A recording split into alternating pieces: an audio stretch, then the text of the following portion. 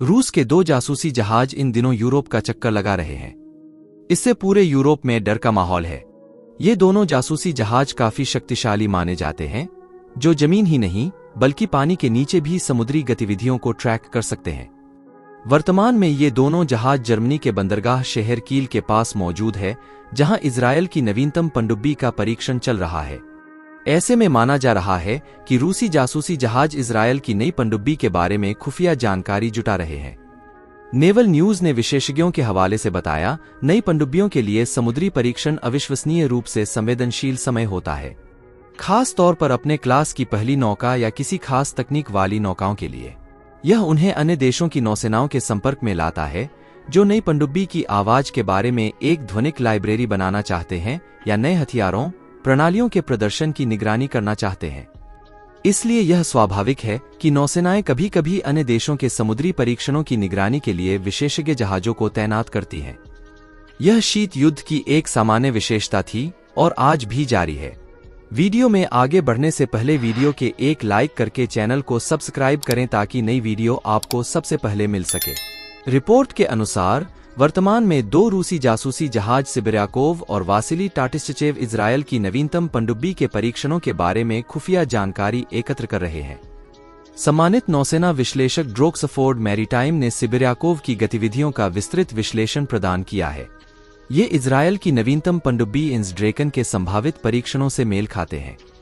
पनडुब्बी का निर्माण जर्मनी के थिसेनक्रूप मरीन सिस्टम्स (TKMS) ने कील में किया है और समझा जाता है कि यह समुद्री परीक्षणों से गुजर रही है।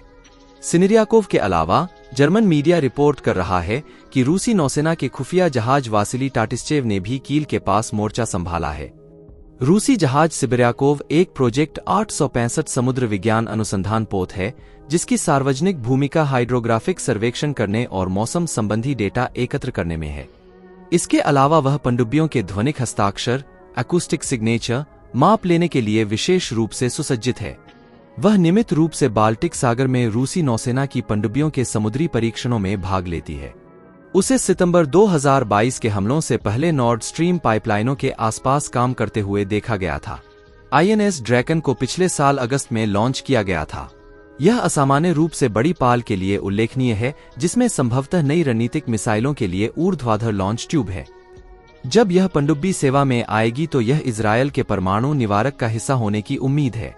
इससे समुद्री परीक्षणों के दौरान पनडुब्बी की संवेदनशीलता बढ़ जाती है।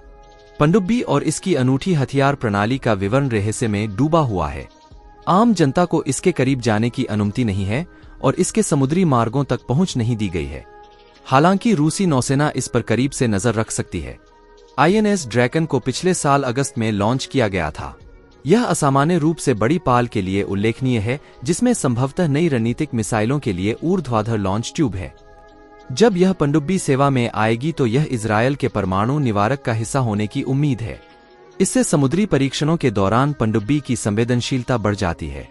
पनडुब्बी और इसकी अनूठी हथियार प्रणाली का विवरण रहस्य में डूबा हुआ है।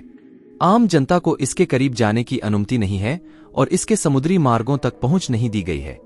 हालांकि रूसी नौसेना इस पर करीब से नजर रख सकती है। रूस ने यूक्रेन युद्ध के बीच एक नई स्टील्थ पनडुब्बी को लॉन्च किया है। यह पनडुब्बी 9656 किलोमीटर प्रति घंटे से उड़ने वाली परमाणु मिसाइलों से लैस है। इस पनडुब्बी का रूसी सेना समुद्री परीक्षण कर रही है। इसकी खास विशेषता दुश्मन के रडार और सोनार से बचे रहने की क्षमता है। रूसी नौसेना का कहना है कि यह पनडुब्बी इस साल के अंत तक सक्रिय सेवा में शामिल हो जाएगी। रूस की इस नई पनडुब्बी का नाम आर्कांजेस्क है। आर्कांजेस्क पनडुब्बी पहली बार व्हाइट सी के किनारे बसे शहर सेवेरोडोनेत्स्क से रवाना हुई। इसका निर्माण सेवेरोडोनेत्स्क में ही रूसी नौसेना के डॉकयार्ड में किया गया है।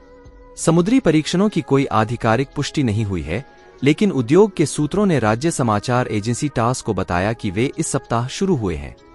ऑनलाइन वायरल हो रहे वीडियो में दिखाया गया है कि समुद्र में तैर रही यह रूसी पनडुब्बी कितनी ताकतवर हो सकती है। आर्कांजेस्क पनडुब्बी यासेनेम या प्रोजेक्ट 885M का नवीनतम पोत है। इसका निर्माण पानी के नीचे रूस की मारक क्षमता को बढ़ाने की कोशिश के तहत किया गया है। आर्कांजेस्क पनडुब्बी 620 मील की रेंज वाली त्सिरकॉन या जिरकॉन परमाणु मिसाइलों को दागने में सक्षम होगी।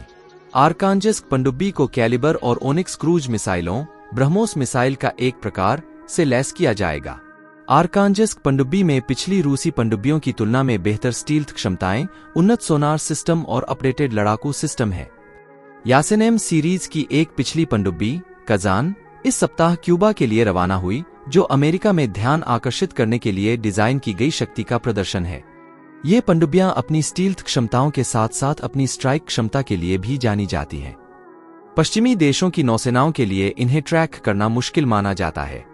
इस साल के अंतर में आर्कांजिस्क पनडुब्बी को रूसी नौसेना में शामिल होने से पहले समुद्री परीक्षणों को पूरा किया जाएगा।